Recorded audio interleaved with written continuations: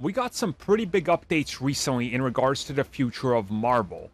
And one recent update that's hit the internet is very interesting as it deals with the contractual legality of why Marvel Studios cannot use the X-Men and the Mutants due to contracts that are tied up with Fox. This is something that I talked about way back when Disney first purchased Fox, and now more people are saying that this is in fact true.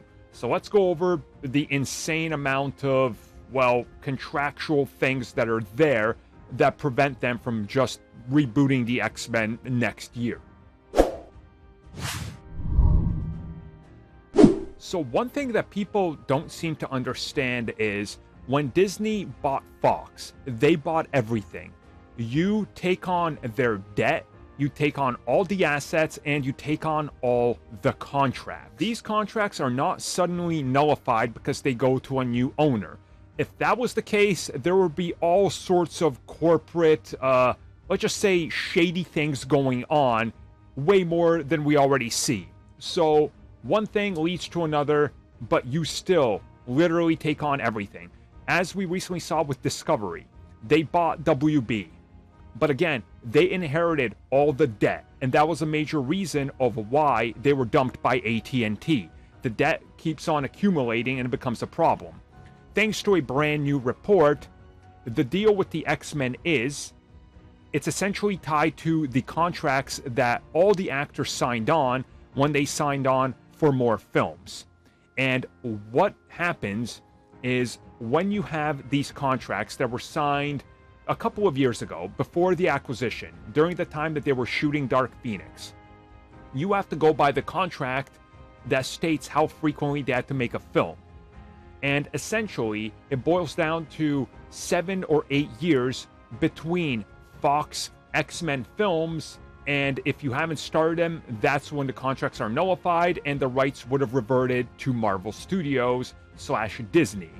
So in effect, if Marvel wants to do something with Magneto right now, there is already a contract for Magneto, and that's Michael Fassbender. So they cannot do it, because that would mean bring Michael Fassbender in and he's Magneto, which they clearly don't want to do.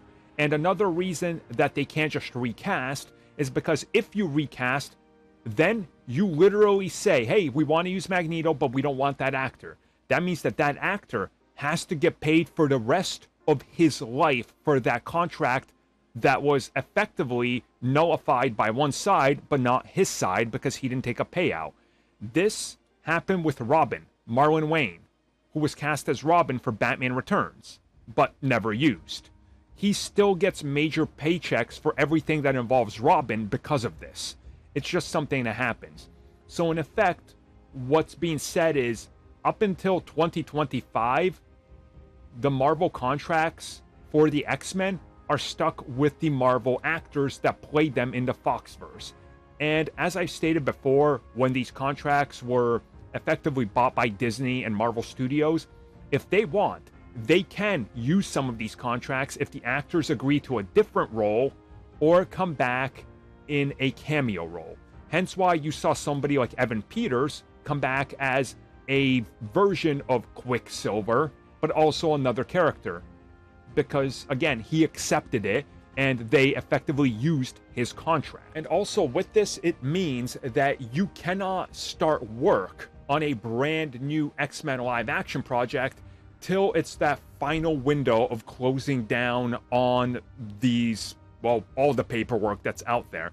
So it's gonna be a while if you, consider everything. But in essence, things are right on track for the X-Men to come in this decade.